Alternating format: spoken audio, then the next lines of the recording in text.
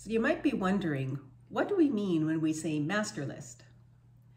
What we mean by master list is we want you to take all of the multiple to-do lists that you have in various places.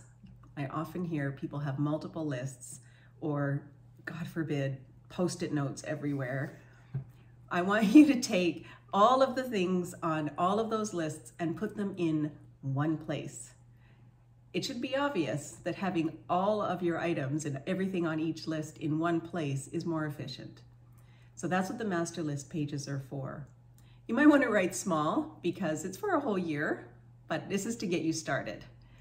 So everything that you can think of that you have on the go right now, you don't have to put things that are clearly in your schedule every week and they repeat every week. You don't have to write that here. These are for things that we want to make sure you don't forget, don't fall off your desk. So the master list is important because it is where we draw information to put on our weekly lists. So the master list has everything that we might select to go on a weekly list. So it has urgent, important things, but it also has lower priority tasks that have a longer time horizon. It might even have vacation plans. The master list also accompanies the filling your jar section, which we'll talk about in a moment.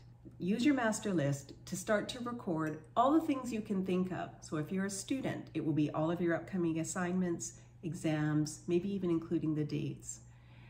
If you're working and you have a lot of projects on the go, the high-level titles of each of those projects should be on this master list. Yeah, and I like that you brought up projects, because I think whether it's projects at home or you're doing a project for work or something, it's even just having, I'll just show you, but just having one line item in here just to be able to say, so you can see we have 2 pages here, 3 rows, 3 columns each. But even if you put in here and just said, like, I want to build a thing to my garage, so I can just put in here, build garage. And so on my master list, I don't have to put a date if I don't know exactly when I'm going to schedule it.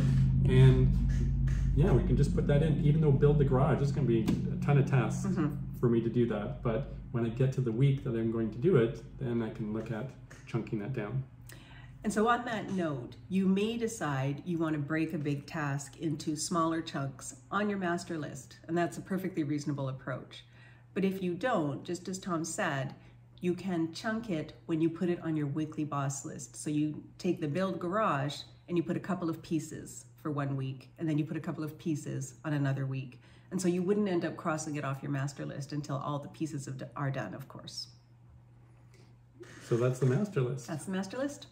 Now we're off to the next video.